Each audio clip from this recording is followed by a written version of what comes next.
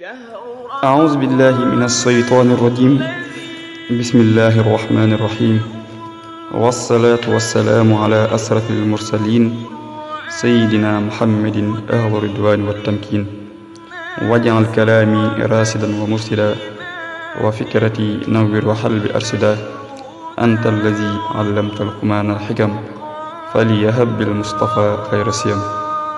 mbokk yi asalaamaaleykum wa rahmatullahi taala wa barakaatuhu.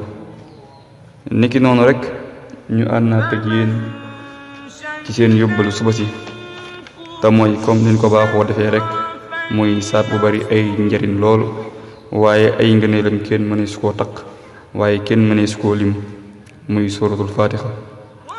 bokk na ci njariñul fatiha, yonent bi sallallahu alayhi wa sallam dafa wax ni alquran gépp amul lu ci mel ni suratul fatiha, te maa ngi giñ ci suñu boroom mi nga xamante ni sama bakken ci loxoom la nekk, sama boroom wàccewul lu gën suratul fatiha ca téere ya ko njëkkoon, lu ci mel ni tawreet wala zabuur wala injil.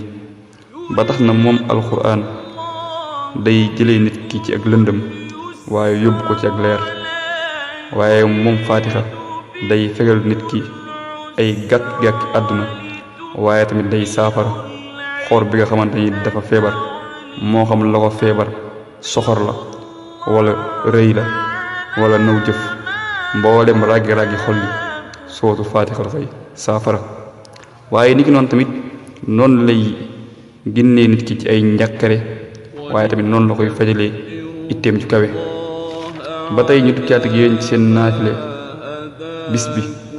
ku ne xam na ni tey jii ci la juróom-ñetteelu guddi gi, waaye nekkoon ñaari raqan bu ci nekk suratul fatiha ak fukki ixlaas ak ñaar, te mooy 12 xul huwallahu ahad.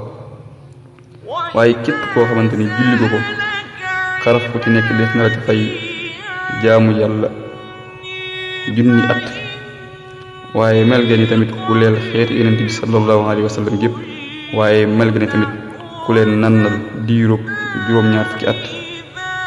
waaye ni ko noonu tamit mel nga ni ku goreel junni nit ci sawara, waaye suñ boroom booy jéggi siraat ëllëg yowmal xiyaam dana la ko yombalal lool.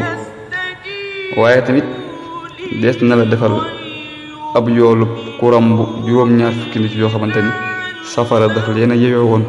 kon wasalaamu aleykum wa rahmatullahi taala wa barakaatuhu.